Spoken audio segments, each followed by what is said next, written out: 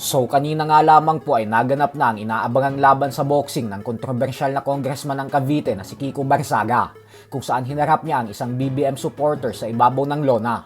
At dito nga po ay kapansin-pansin na may galaw at may background talaga sa sport ng boxing ang kalaban ng congressman. Kaya naman bugbog ang sinapit ni Kong Barzaga dito. Pero ganun pa man nga po ay madami naman ang humanga sa tapang ng 27 anyos na politiko nang dahil sa may bayag daw ito at pinanindigan talaga kung ano ang sinabi niya.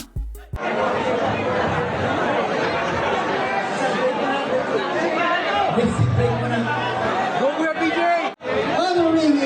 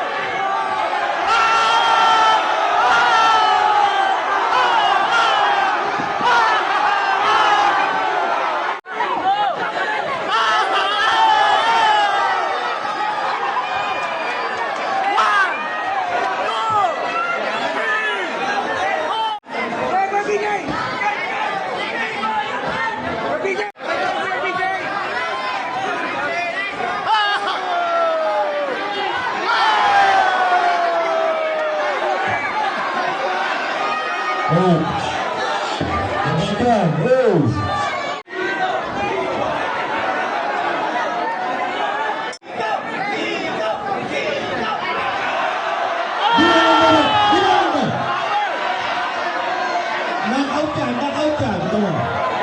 Kaya mo yan, Kong. Bilangan mo yan. Bilangan mo.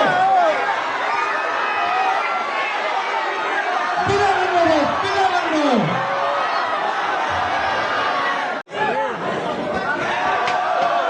10 seconds.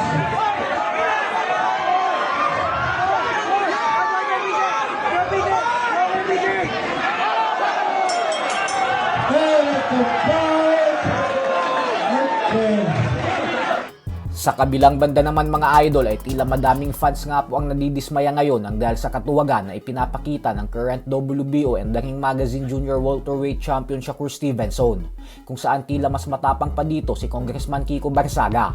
Ito po ay matapos sabihin ni Stevenson na hindi daw siya lalaban sa kahit na sinong fighter sa 147-pound welterweight division kung walang rehydration clause na nakalagay sa kontrata.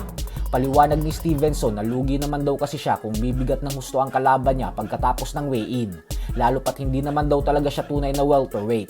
Sa madaling salita ay humihingi ito ng partida. Kaya naman ang banat ng mga fans kay Stevenson ay kung alam niya naman pala na hindi niya kayang lumaban sa welterweight division ng walang nakalagay na rehydration clause, ay bakit pa ito nagpupumilit na lumaban sa division na ito. Bukod dyan ay nabalikan rin ang pagsabi nitong easy fight lang daw sa kanya ang ating pambansang kamauman ni Pacquiao.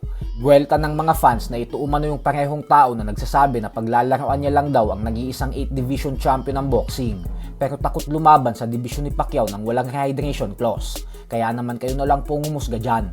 So hanggang dito na lang po muna tayo mga idol.